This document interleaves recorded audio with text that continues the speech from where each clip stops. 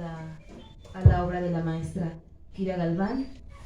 Y pues bueno, yo le titulé tomando de una frase de un verso y del título también del libro para ponerle el título a mi escrito, y le puse La cuestión palpitante es la poesía.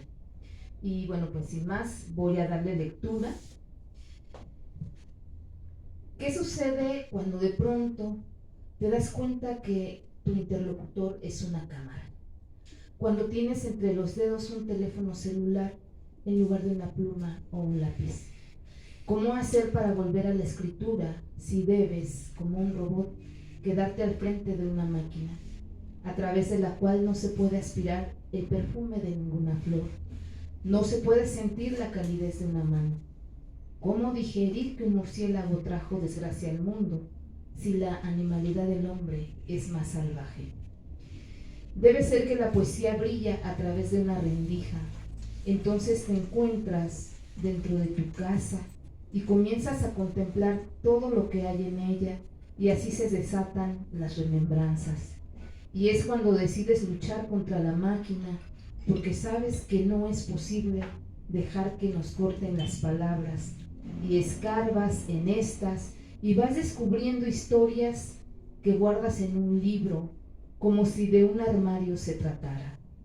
Pero, a pesar de lo íntimo que puede ser el resultado de lo escrito, no pones llave a los cajones y permites que los que quieran miren lo que en ellos se resguarda. De ese modo, Kira Galván, autora del libro La cuestión palpitante, acomoda los poemas, y el libro se convierte en un armario donde cabe otro armario, desde el cual se va soltando no una historia, sino muchas, no sin antes enfrentarse a los quiebres, a las rupturas, a las cruzadas, a una realidad que también nos llega desde la casa, porque así de golpe nos topamos con fotografías, con un diario, con algo doloroso que se aferra a la memoria. El medio que rodea al sujeto lírico en este libro, el objeto más importante es el armario. Ahí se han guardado no solo secretos, sino situaciones que a veces no se quieren ver o no se quieren volver a recordar. Pero el encierro al que fuimos sometidos a causa de una enfermedad nos condujo a situaciones donde no teníamos otra opción más que hablar con nuestros seres queridos, o dialogar con la computadora, o con el ojo de una cámara, o con la televisión. Y también nos hizo enfrentarnos a nuestros fantasmas, esos de los que podíamos huir al salir al trabajo o reunirnos con nuestros amigos.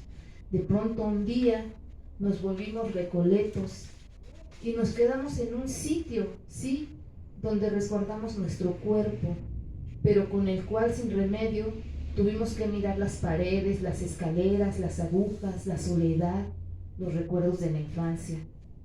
Y como dice la voz lírica, estamos ahí tratando de buscar el axis mundi, es decir, el eje sobre el que giramos. Sin embargo, creo que si la cuestión palpitante es la poesía, también la poesía puede ser el axis mundi, porque la poesía es el eje con el que este libro se mueve, es el lugar sagrado donde late el lenguaje. Aunque el sujeto lírico nos hable del árbol, de la luna en el espejo, de las piedras, de la nieve, del volcán, como ese posible axis mundi. Hay en la cuestión palpitante tantos temas que fueron guardados y a la vez tan expuestos, como el tema de la violencia, mezclado con situaciones familiares muy íntimas, con fotografías, con historias de amor quebradas. Todo ello es parte de varias rupturas, de las cuales sin duda la que más preocupa a la poeta, y nos lo hace saber a través de los versos, es la ruptura de la lengua, el despojo de la palabra escrita y la palabra hablada. Pero quienes hicieron eso no contaban con que las mujeres, en medio de todos esos quiebres, esos retazos de vida, no dejaron de escribir sus historias.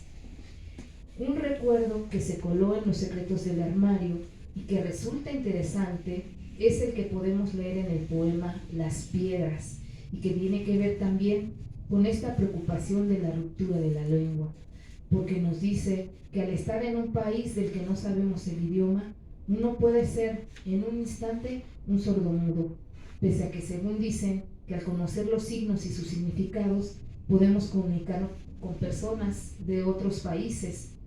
Pero la poeta nos dice que no es así, que al dejar de leer también se pierde la magia de nombrar, y es entonces cuando se descubre que podemos equipararnos con las piedras, porque las piedras cuando están enteras simbolizan la unidad y la fuerza, y cuando están rotas en varios fragmentos significa la derrota.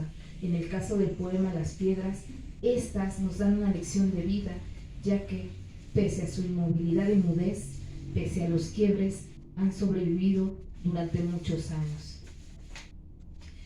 Por otra parte, esta obra representa de cierta forma un homenaje a Emilia Pardo Bazán, quien fuera novelista, periodista y poeta, y quien escribió una serie de ensayos sobre el naturalismo en la literatura española, al que tituló La cuestión palpitante. Ante la cuarta reedición, Bazán escribe lo siguiente: al sentimiento que se despierta en el alma cuando abrimos un cajón atestado de correspondencia antigua, donde yacen apagados y mudos los viejos afectos, los viejos intereses y las viejas tribulaciones, con melancólica sorpresa escarbamos en las cenizas, rehelemos carillas y más carillas, y el pasado renace una hora. Cuán bien discernimos entonces los hierros ajenos y propios.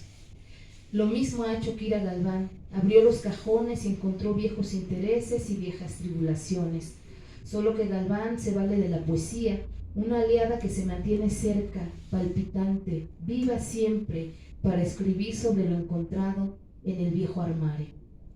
Algo en común entre Galván y Bazán es el machismo que aún escapa de los cajones como una ropa mal doblada. Pardo Bazán padeció los embates del machismo. Y hoy a muchas de nosotras aún nos alcanza. Por eso Kira Galván escribe sobre el tema en el poema Árbol de hojas redondas, del cual cito un fragmento.